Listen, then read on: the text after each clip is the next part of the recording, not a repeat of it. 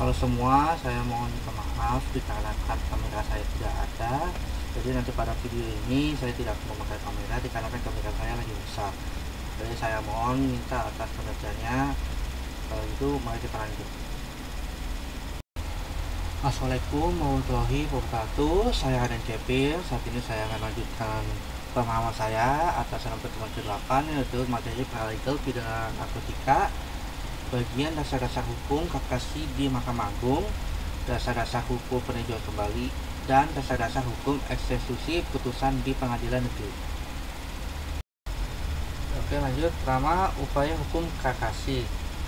Upaya hukum kasasi terhadap putusan pengadilan tingkat banding atau tingkat terakhir dari semua lingkungan peradilan dilakukan oleh Mahkamah Agung.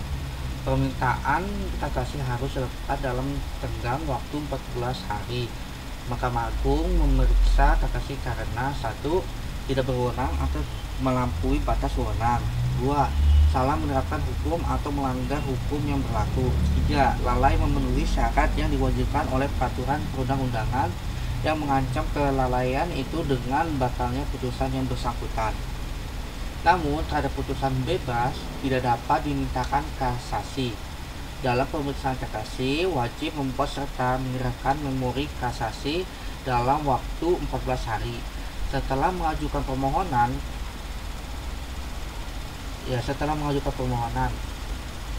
terhadap jenis putusan 1 bebas, 2 lepas dari segala tuntunan hukum yang menyebutkan masalah kurang tepatnya penerapan hukum. Karena itu upaya hukum yang tersedia ialah dari jaksa agung, yaitu kasasi demi kepentingan hukum ini tidak boleh merugikan pihak yang berkepentingan. Sebab tujuan ketentuan ini adalah agar konsistensi hukum dapat dipertahankan dan tidak menjadi preseden buruk yang memungkinkan akan diikuti. Selanjutnya kita akan lanjut pada peninjauan kembali. Apa itu peninjauan kembali? Menghimpuni dari lawan Kementerian Keuangan Republik Indonesia dan Mahkamah Agung, peninjauan kembali adalah upaya hukum yang diajukan ketika tidak puas dengan putusan kasasi. Putusan kasasi adalah putusan yang telah memiliki kekuatan hukum yang tetap. Peninjauan kembali diajukan oleh pihak yang berperkara atau kuasa hukumnya kepada Mahkamah Agung melalui Panitera Pengadilan Negeri. Dasar hukum pengajuan PK dalam pasal 66 Undang-Undang Nomor 14 Tahun 1945 tentang Mahkamah Agung. Alasan permohonan peninjauan kembali dalam pasal 263 ayat 2 Kitab Undang-Undang Hukum Acara Pidana disebutkan permintaan peninjauan kembali dilakukan atas dasar 1. Apabila terdapat keadaan baru yang menimbulkan dugaan kuat bahwa jika keadaan itu sudah diketahui maka waktu sidang masih berlangsung. Hasilnya akan berupa putusan bebas atau putusan lepas dari segala tuntunan hukum atau tuntunan penuntut umum tidak dapat diterima atau terhadap perkara itu diterapkan ketentuan pidana yang lebih ringan. 2. Apabila dalam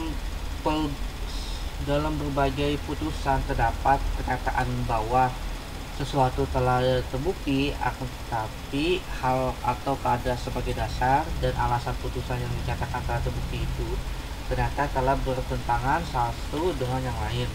3. Apabila putusan itu dengan jelas memperlihatkan suatu kekhilafan hakim atau suatu keliruan yang nyata.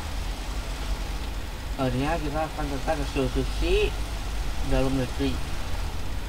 Eksekusi dalam perkara perdata merupakan proses yang menyitakan energi, biaya, dan pikiran. Putusan perdata belum memiliki makna apapun ketika pihak yang dikalahkan tidak bersedia menjalankan putusan secara sukarela. Kewenangan yang sesungguhnya baru dapat diraih setelah melalui proses yang panjang. Dengan eksekusi itu mewujudkan kewenangan tersebut. Proses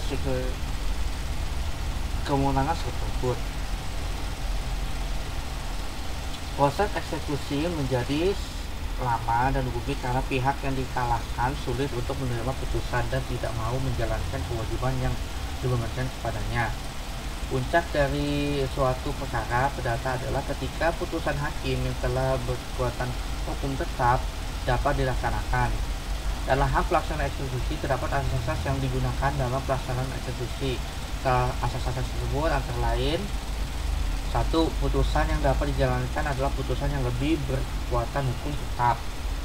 Adapun keputusan telah berkekuatan tersebut dapat berupa: A.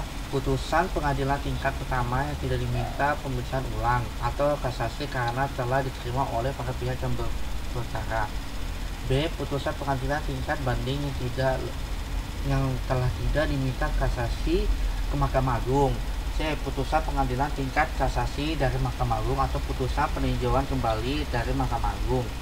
D. Putusan first track dari pengadilan tingkat pertama yang tidak diajukan upaya hukumnya. E. Putusan hasil perdamaian dari dua pihak yang berperkara. Sekian, ini saja yang saya bisa sampaikan. Mohon maaf kalau ada penjelasan saya yang kurang. Saya mohon maaf hal tersebut, dan ini sebagai buku hukum-hukum tersebut. Kalau ada yang mau lebih lanjut, lebih tahu, bisa download di internet atau mungkin beli bukunya di toko buku. Sekian, ini saja yang bisa saya sampaikan. Assalamualaikum warahmatullahi wabarakatuh.